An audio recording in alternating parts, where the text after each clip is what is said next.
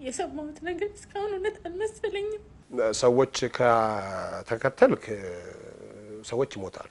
ግብዝ ሃይማኖተኞች። የትኛው የመጽሐፍ ቅዱስ ክፍል ነው በሰው ሐዘን ላይ እንድንቀልድ የሚፈቅድልን? የትኛውስ የቁርአን ክፍል ነው የሰው ሐዘን ላይ እንድናፌዝ የተጻፈልን? የገነት ቁልፍ የያዙ የመሰላቸው አላዋቂዎች። ያሳዝናል። እነዚህ ሰዎች በነጻነት ወርቅነህ ሞት የቆሰለውን ቤተሰቡንና ሕዝብ ላይ እንጨት መስደድ ስራቸው አድርገዋል። እስከ ዛሬ ቀን ድረስ በየማህበራዊ ሚዲያው በሚመጡ የነጻነት ወርቅነህ ስራዎችን በምንመለከት ጊዜ ነፂ እንደተለየን ለማመን የሚከብደን ብዙዎች ነን። አንዳንድ እውነቶች ውሸት በሆኑ ብሎ ያስመኛሉ። ከህፃናት እስከ አዋቂ ስለ ጤንነቱ ይጨነቅ ነበር። ነጻነት ብር አይደለም፣ ነጻነት ዳይመንድም አይደለም፣ ነጻነት ወርቅ ነበር። ታዲያ ገና አፈር እንኳን ሳይለብስ አንዳንድ ሃይማኖተኛ ነን የሚሉ ግብዞች የነፂን ህልፈት ለራሳቸው ሃይማኖታዊ ቁማር መጫወቻ አድርገዋል። እነዚህ ሰዎች የገነት ቁልፍ እጃቸው ላይ ያለ ይመስል አንተ የኔን ሃይማኖት ተከታይ ሆነ ብትሞት ይሻል ነበር እያሉ የፈጣሪ ስራ ላይ ይገባሉ። ነገር ግን እነዚህ ሰዎች ቅዱሱ መጽሐፍ ከሚያዝኑት ጋር እዘኑ የሚለውን የአምላክን ቃል የረሱ ናቸው። አስቀድመን በሰራንላችሁ ቪዲዮ ስር ለመግለጽ እንደሞከር ነው እንደዚህ ያለውን ነገር መስራት ባንፈልግም እንኳን እነዚህን ሰዎች እረፉ ተው ያለ ሰው አልተመለከትንም። በዚህ ቪዲዮ እንደነ አርቲስት ገነት ንጋቱ ያሉ የያዙ እንባዎች እንዳሉ ሁሉ በተሰበረ ልባቸው ሐዘናቸውን የገለጹትንም ተመልክተናል። አስቀድመን እንዳልናችሁ እነዚህ በሃይማኖት ስም የራሳቸውን ሐሳብ የሚያራምዱ ሰዎች ለዚህ መጥፎ ሐሳባቸው ነፂ አፈር እስኪለብስ እንኳን አልጠበቁም። ራሱን ታዛቢ ነኝ ሲል የሚደመጠውና በቅርቡ ሃይማኖቴን ቀይሬያለሁ ሲል የተደመጠው እንዳልካቸው ዘነበ ማህበራዊ ሚዲያው ላይ ያሰፈረው ሐሳብ በርካቶችን ያሳዘነው ሆኗል። መልእክቱም እንደምትመለከቱት የኔን እምነት ተከትሎ በሞተ የሚል ይዘት ያለው ነው። በዚህ ሰዓት ለአቶ እንዳልካቸው ምላሽ የምንሰጠው አቴንሽን ለመሳብ ሳይሆን እሱ ትክክል የሆነ የሚመስላቸው ሰዎች ብዙ ሆነው ስላገኘን ነው። ይህ የእንዳልካቸው ዘነበ መልእክት ብዙዎችን እያነጋገረ ይገኛል። እንዳልካቸው አሁን ሰው ሲሞት በኢየሱስ አምኖ ነበር ብዬ መጠየቅ ጀምሬያለሁ። ኢየሱስን ሳትቀበሉ እንዳትሞቱ በማለት በፌስቡክ ገጹ ላይ ያሰፈረው ጽሑፍ በመንፈሳዊ እይታ ሲታይ ለነፍስ ጥንቃቄ የሚጠራ ቢመስልም በተለይ እንዲህ ያሉ ትኩስና ድንገተኛ ሐዘን ባለበት ሰዓት ግን ለሐዘንተኞች ምንም አይነት መራራትና ሰብአዊነት ያልታየበት ሆኖ ተገኝቷል። እንዲህ አይነት ንግግሮች ማጽናናት በሚገባቸው ቤተሰቦች ላይ በተጨማሪ የህሊና ጫና የሚፈጥሩ ናቸው። በእርግጥም እምነት ለሰው ልጅ ጠቃሚ ነው። ነገር ግን መጽሐፍ ቅዱስ የሚያስተምረን ትልቅ ቁም ነገር ከሰው ጋር መሆንንና ስሜታቸውን መጋራትን ነው። ጌታችን ኢየሱስ ክርስቶስ አልዓዛርን ከሞት እንደሚያስነሳው እያወቀ የእህቱ የማርያምን እንባና መሪር ሐዘን ሲመለከት ከልቡ አዝኖ አልቅሷል። ኢየሱስም እንባውን አፈሰሰ።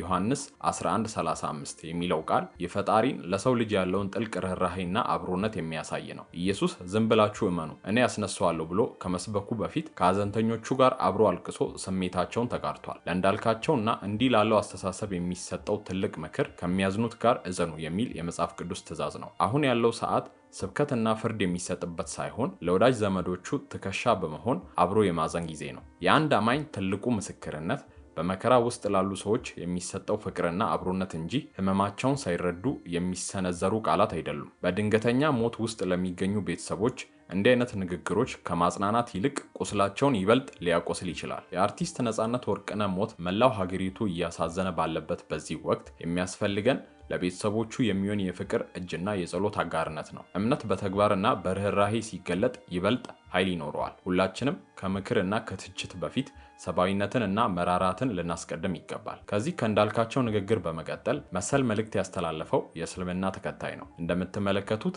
ነፂ አሳዘነኝ፣ ወላሂ እስልምናን እመኝለት ነበር። ተዉ፣ በህይወት ያላችሁ ክርስቲያኖች ከጥላቻ ርቃችሁ እስልምናን መርምሩ፣ ጠይቁ፣ አንብቡ ሲል ልክ እንደ እንዳልካቸው ዘነበ አይነት መልእክት አስተላልፏል። ለዚህ ወንድማችንና መሰል አስተሳሰብ ላላቸው አንድ ጥያቄ ማንሳት ወደድን። እሺ ለነጻነት እስልምናን ትመኝለት ነበር ብለን እንመን። ታዲያ በዚህ በሞተበት ሰዓት የጻፍከው ተነስቶ እንዲቀበል ነው? እያስመሰልክ ካልሆነ እውነት እንዳልከው እስልምናን ከተመኛለት ለምን በህይወት እያለ አልነገርከው? ምንድነው የሰው ሞት በዚህ ልክ መታከክ? ቢያንስ ቤተሰቦቹ፣ ወዳጆቹ፣ አድናቂዎቹ ከሐዘናቸው እስኪወጡ ብትጠብቅ ምን አለበት? ደግሞ ምንም አዲስ ነገር የለውም እኮ የምንድንበት ነው ብሎ ስለሚያምን ነጻነት ወርቅነህም በህይወት ቢኖር እሱም የራሱን ሃይማኖት ላንተ ይመኝልህ ነበር። የሚያሳዝነው ሰው የሚወደውን ሰው አጥቶ የዚህ አይነት ነውር በራስ ላይ ካልደረሰብህ በቀር ህመሙ መቼም አይገባም። አሁን የሞተው አንድ ሙስሊም ቢሆንና ገና ሳይቀበር ሌላ የሃይማኖት መምህር መጥቶ ወይ ክርስትናን እመኝለት ነበር ሳይቀበል ሞተ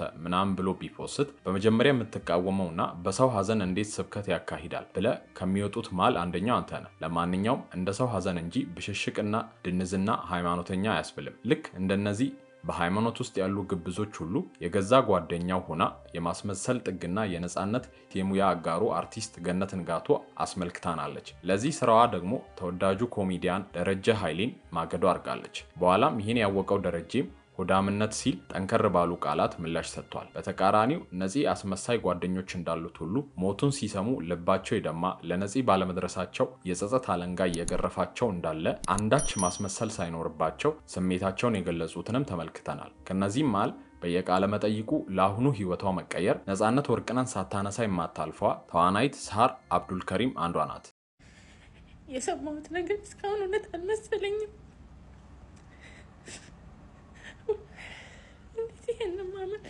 ይሄን እንዴት ማመን ይቻላል?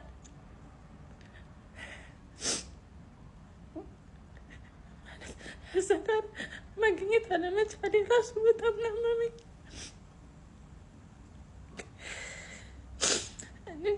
ለቤተሰቦቹ እግዚአብሔር መጽናኛውን ይስጣቸው። ያሳዝናል። ነፃነት ወርቅነህ በህይወት እያለ ለዚች ዓለም ድምቀት ነበር፣ የሳቃችንም ምንጭ ነበር። ሲያልፍም እንዲሁ አላለፈም፣ በቀላሉ እጅም አልሰጠም። ለብዙዎቻችን በጥቂት ነገሮች ሰበብ ለምንደረድር ሰዎች የጥንካሬና ያለሸነፍ ባይነት ምሳሌ ሆኖ ነው ያለፈው። ነፂ ለረጅም ዓመታት በህመም ላይ ሆኖ ከባባድ ህክምናዎችን እያደረገ በጎን የቤተሰብ ጨዋታን ቀጥ አድርጎ ሲመራ፣ አዳዲስ ፊልሞችንም ለመጀመር ሲለፋ፣ አዳዲስ ማስታወቂያዎችንና ብራንድ አምባሳደርነትንም ሲቀበል ነበር። እስከ መጨረሻው እስትንፋሱ ሲፋለምም ነበር የኖረው። በድጋሚ ለወዳጅ ዘመዶቹና አድናቂዎቹ መጽናናትን እንመኛለን።